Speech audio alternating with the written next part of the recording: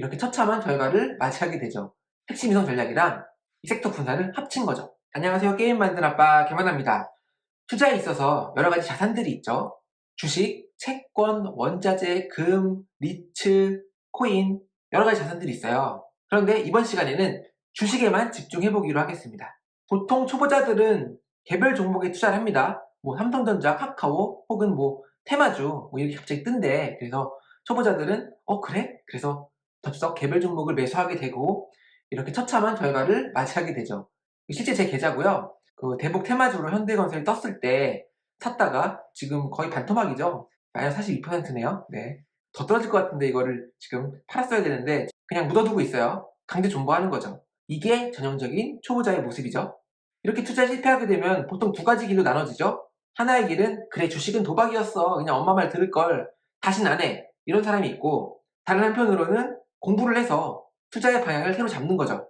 그래서 공부를 해보니 여러 책들을 읽어보니 워렌 버핏 형님이 말씀하셨듯이 지수 추종 ETF, 시장 전체에 투자하는 ETF를 모아가는 게 괜찮겠구나라는 생각이 듭니다. 그래서 미국 주식 같은 경우는 뭐 스파이나 VO, QQQ 같은 시장 전체를 추종하는 ETF를 적립식으로 매수한다던가 한국 같은 경우는 코스피 200을 추종하는 많죠? 코덱스 200, 타이거 200, 코스피 200 뭐 되게 많아요. 그런 ETF에 투자를 하는 거죠. 여기까지는 괜찮은데 하지만 좀 불만족스럽죠. 왜냐면 시장 지수를 추종하는 ETF에 투자하는 거기 때문에 그대로 시장 수익률을 따라갈 수밖에 없죠. 그래서 MDD는 개별 종목에 투자하는 것보다는 낫겠지만 그래도 수익률이 좀 아쉽습니다. 그쵸? 그래서 다시 개별 종목으로 눈을 돌리기도 하고요.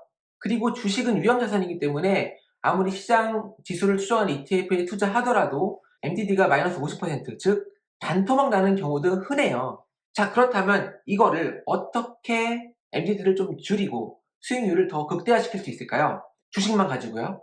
제가 제안드리는 방법은 섹터 분산과 모멘텀을 적용시키는 겁니다. 그래서 저는 지금 핵심 위성 전략이랑 모멘텀 전략을 플러스해서 주식 투자를 하고 있는데요. 일부 계좌에서요. 저는 다양한 계좌에서 지금 자동 매매로 편하게 돌리고 있죠. 이 클래스를 통해서요. 그래서 제가 사용하고 있는 이 봇들, 기본적인 이론, 데이터, 근거가 뭔지 링크를 공유해 드리면서 코드를 살펴볼게요.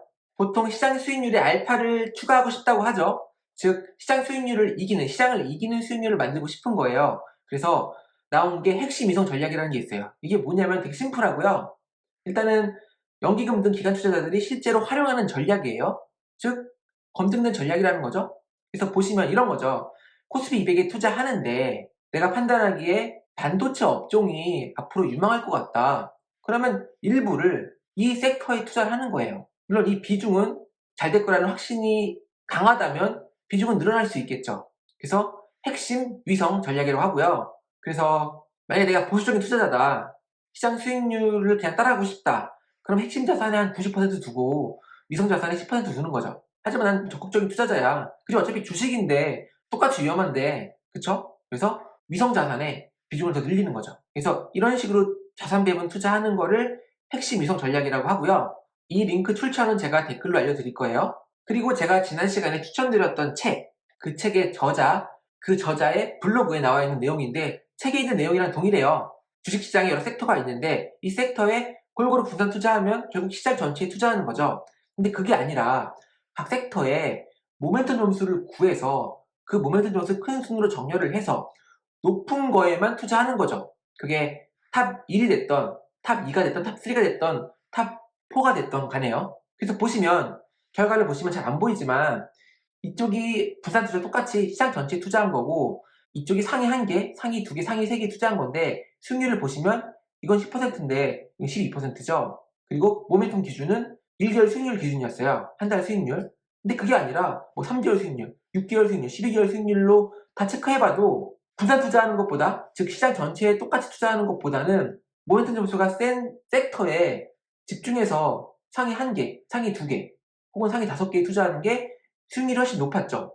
지금 이게 연복리 수익이기 때문에 이건 10%고 14%, 4%밖에 차이 안 나는데 여러분 연복리 4% 수익률은 이게 시간이 지나잖아요.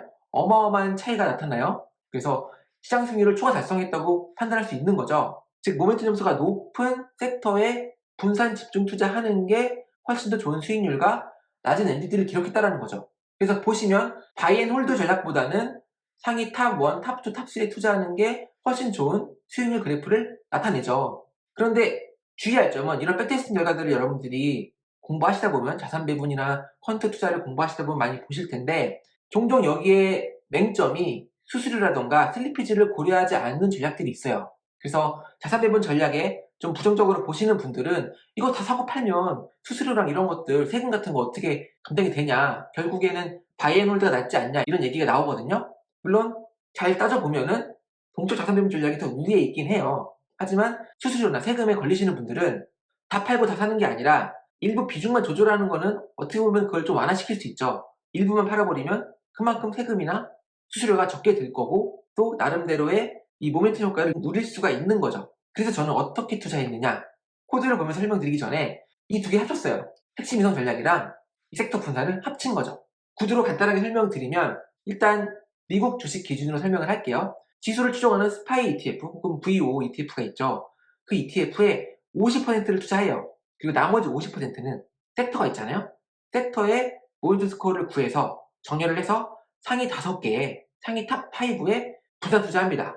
10%씩이요. 10%씩. 그러면 상위 탑 5, 10%, 10%, 10%, 10%, 그 다음에 스파이 ETF 50%. 이게 핵심이고 이게 위성인 거죠. 근데 섹터를 분산해가지고 높은 거에 투자했기 때문에 시장 수익률을 초과하는 효과를 얻을 수가 있는 거죠. 그런데 이렇게만 투자하면 MD들을 그대로 때려 맞겠죠. 다 위험자산이잖아요. 그래서 제가 지난 영상에서 설명드린 바로 평균 모멘텀 스코어를 이용해서 투자 비중이 정해지는 거죠. 즉 스파이가 50%지만 평균 모멘텀 스코어가 0.5라면은 25%만 투자하는 거고요. 어떤 특정 섹터, 예를 들어 금융 섹터가 모멘텀 스코어가 높아서 투자했는데 그래서 10% 할당했는데 평균 모멘텀 스코어가 0.7이다. 그럼 10%가 아니라 7%만 투자하는 거죠. 바로 코드를 볼게요. 자, 미국 주식, 한국 주식 둘 다 만들었고요. 미국은 섹터가 11개예요. 이렇게 XLB, XLC, XLE 아무튼 각 ETF는 여러분들이 검색해서 어떤 ETF인지 체크해보세요. 니츠까지 포함된 11개 섹터라고 이해하시면 되고 S&P 500 지수를 추종한 ETF 저는 VO를 선택을 했고요. 스파이도 있죠. 여기에 50%를 할당하는 거고 나머지는 5개 선택할 거니까 10%씩 할당한 거예요. 그리고 이제 여러분들이 포트폴리오 구성할 때 어차피 동일 비중이기 때문에 이렇게 리스트로 구성을 해서 포문을 돌렸어요. 즉 미국 주식은 11개 섹터를 일단 선정했다 라고 이해하시면 되고 한국 주식 같은 경우도 ETF가 엄청나게 많죠.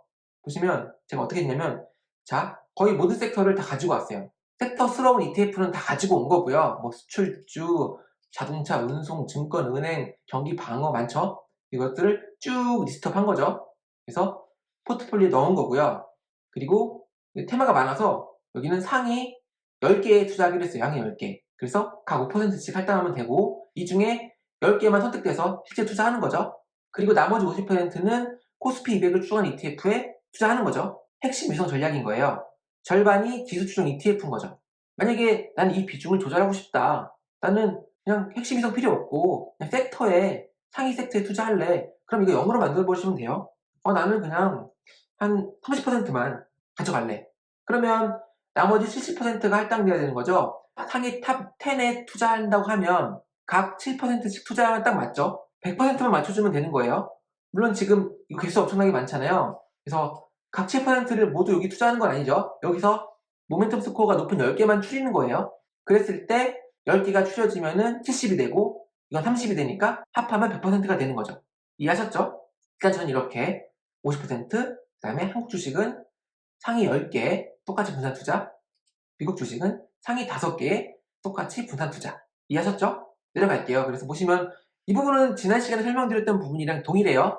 일반적인 최근 수익률의 가중치를 더 실어주는 모멘텀 스코어를 구하고요. 그 다음에 평균 모멘텀 스코어인데 10개월 평균 모멘텀 스코어를 구해요. 제가 아까 스파이에 50% 투자한다고 하더라도 평균 모멘텀 스코어에 따라서 비중이 조절된다고 했죠. 50%지만 평균 모멘텀 스코어가 0.5라면은 50%가 아니라 0.25가 되는 거죠. 그래서 보시면 저는 평균 모멘텀 스코어를 구했죠. 근데 그래도 한 3분의 1 정도는 그냥 비중을 실어주자. 즉 평균 모멘텀 스코어가 만약에 0점이라면 아예 투자하지 않는 거잖아요. 그거를 피하고자 한 33% 정도는 그냥 디폴트로 가지고 있고 나머지를 평균 모멘텀 스코어를 구해서 비중을 할당하자 그거예요. 그래서 평균 모멘텀 스코어가 0이라도 최소 33%는 투자가 되는 거죠. 이해하셨죠? 이 부분은 MDD를 낮추기 위함이에요. 모멘텀 점수를 가미해서 MDD 투자 비중을 조절해서 MDD를 낮추는 효과가 있는 거죠. 그래서 이 부분이 정렬해가지고 상위 탑 5를 구하는 거고요. 지금 잘못됐죠? 미국 주식은 5개인데 상위 탑 5고 이것도 제가 한국 주식 만들고 미국 주식을 바로 만들어서 이렇게 주석이 잘못된 경우가 있어요. 여러분들이 이거는 감안하시고 보세요. 이 부분은 한국도 마찬가지죠. 한국도 똑같아요. 똑같이 구하고 그쵸? 비중 똑같죠? 이건 똑같이 정렬하는데 이거는 탑 10을 구하는 거기 때문에 이게 10이에요. 탑 10을 구하고 총 투자 대상은 11개인 거죠. 미국 주식은 6개고요. 그래서 마지막으로 한 번 더 조절을 해요. 어떤 조절을 하냐면은 모멘텀 스코어가 0보다 작으면 보통 자산 배분 전략에서 0보다 작으면은 비중을 줄여주거나 투자하지 않거든요. 그래서 저는 50% 감산하는 전략을 썼어요. 즉 평균 모멘텀과는 별개로 우리가 위에서 구한 이거 있잖아요. 최근 1개월 수익률, 3개월 수익률, 6개월 수익률, 12개월 수익률을 더하는데 최근 수익률의 가중치를 더 줘서 구하는 이 모멘텀 스코어가 마이너스라면 절반 또 감산시켜준다는 거죠. 나 절대 모멘텀 적용할래. 아예 투자하지 않을 거야. 그럼 이럴 때는 이렇게 0으로 바꿔주시면 돼요. 아니다 나는 이미 평균 모멘텀 스코어에서 그쵸? 구해가지고 투자 비중이 감산됐는데 또 감산하는 건 좀 그렇다. 그러신 분들은 이렇게 잘 보세요. 이렇게 하시면 돼요. 추가적으로 또 조치를 안 하는 거죠. 이해하셨죠? 하지만 일단은 절반 감산하는 걸로 처리를 할게요. 그리고 남은 현금 비중은 따로 저장을 해놓고요. 이 부분은 나중에 단타를 치거나 그냥 현금 부여하거나 둘 중 하나로 처리할 거예요. 자, 그리고 이 아랫부분은 클래스에서 배운 것과 동일하죠. 그래서 실제로 매수 하는 거고요. 하나 돌려볼까요? 그래서 이런 식으로 다음번 리뷰를 시작할 때 이렇게 수량 조절이 되는 거예요. 좀 팔고 살 거 새로 사고 이런 식으로 핵심 이성 전략 플러스 모멘텀 전략이 완성이 된 거죠. 말씀드렸지만 이런 투자 비중이라던가 이런 것들은 여러분들이 조절하시면 돼요.